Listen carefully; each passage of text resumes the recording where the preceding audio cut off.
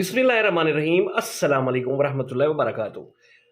आज की video special होने वाली है इस वजह से कि लॉन्ग रूट पे अगर आप जाना चाहते हैं तो सबसे पहले आपको किन चीज़ों का ख्याल रखना पड़ेगा। सबसे पहले आपकी जो गाड़ी है आप उसका अच्छे तरीके से चेकअप करवा लीजिए।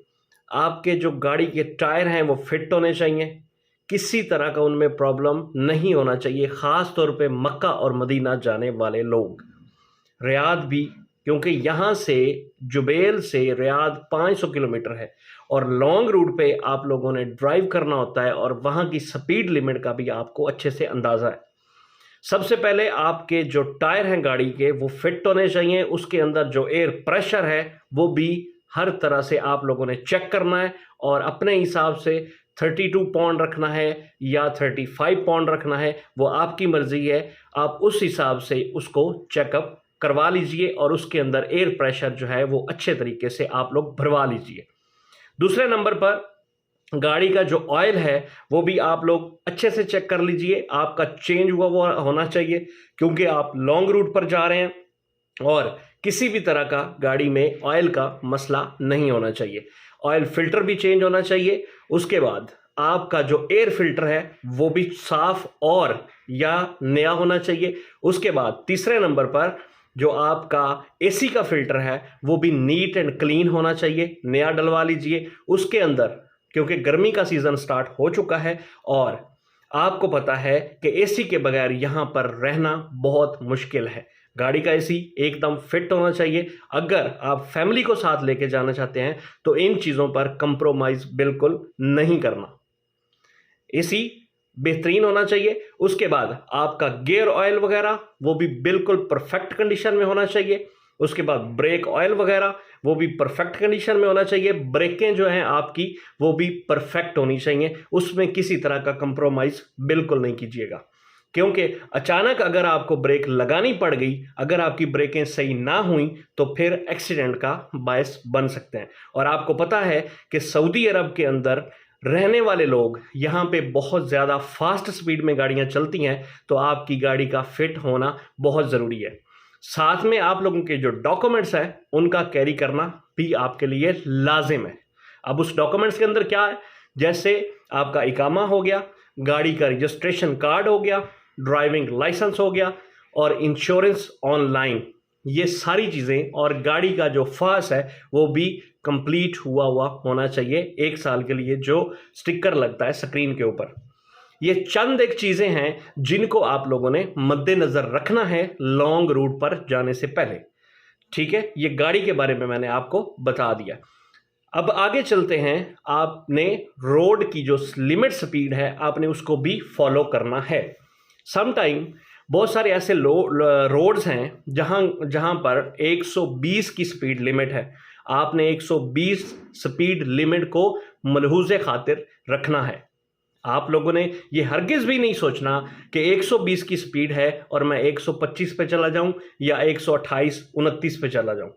अगर आप 1-2 किलोमीटर ज़ायद करेंगे, कहीं पे कैमरा पड़ा हुआ मिल गया, उसने आपको सिंगल फ्लैश भी मार देना है और हो सकता है डबल फ्लैश, अगर आपकी स्पीड ज़्यादा हुई तो डबल फ्लैश आपको आएगा।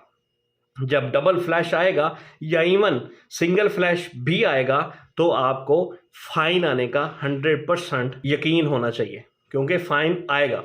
अब मेरे साथ क्या हुआ है, मैं आपको एक छोटी सी कहानी सुना देता हूँ। कहानी ये है कि हम लोग मदीना से कसीम के लिए जा रहे थे, रास्ते में सिंगल रोड मिली हम लोगों को और वहाँ पर कैमरा लगे हुए थे लेकिन वहाँ पे लाइटें वगैरह नहीं थी और कैमरे भी अंधेरे के अंदर आपको पता है कि पता नहीं चलता। अब 100 की स्पीड थी लेकिन मेरे से चूंकि गलती हुई, मेरे से 105 या 10 या 15 की स्पीड हो चुकी थी गाड़ी की। जब ये स्पीड हुई तो उसके बाद मुझे एक सिंगल फ्लैश जनाब लग गया। मेरे साथ में मेरे दोस्त बैठे हुए थे, उन्होंने कहा कि बेटा कुछ भी नहीं होगा, लेकिन मुझे अंदर से डर था कि मैंने कहा यार ये सिंगल फ्लैश वाली जो कहानी है ना, ये हो सकता है कि इसका जुर्माना भी आएगा। लेकिन उसका जुर्माना जो है वो आपको पता है कि 150 रियाल होता है। अब सम टाइम वार्निंग होती है लेकिन 50% चांस होते हैं कि आपको जुर्माना आएगा या नहीं आएगा। तो मुझे जनाब 150 रियाल का जुर्माना 3 दिन के बाद मुझे मैसेज आया और 150 रियाल का जुर्माना वहाँ पे लिखा हुआ था 10 से 20 किलोमीटर आपकी फ़ी जो स्पीड थी वो ज़्यादा थी, जिसकी वजह से मुझे जुर्माना हुआ। खैर मैंने पे तो कर दिया है, लेकिन आपको बताने का मकसद ये है कि आप लोगों ने स्पीड लिमिट को ज़्यादा क्रॉस नहीं करना, आप लोगों ने उसको बिल्कुल मलहूज़े खातिर रखना है, स्पीड लिमिट को फॉलो करना है।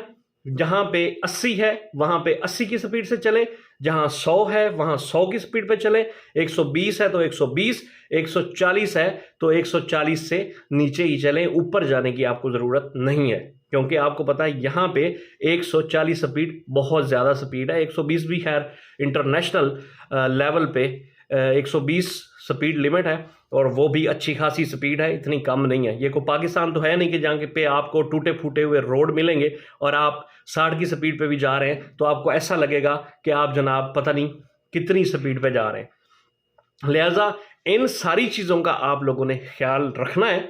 आपको बताने का मकसद यही है कि मुझे जो नुकसान हुआ, मैं जनाब ये नहीं चाहता कि मेरी यूट्यूब फैमिली जो है वो कहीं लॉन्ग रूट पर आप लोग जाएं और आप लोगों को कोई फाइन आए या कोई जुर्माना लगे या किसी तरह का कोई मसला पैदा हो। अजान के बाद बाकी की बात करते हैं।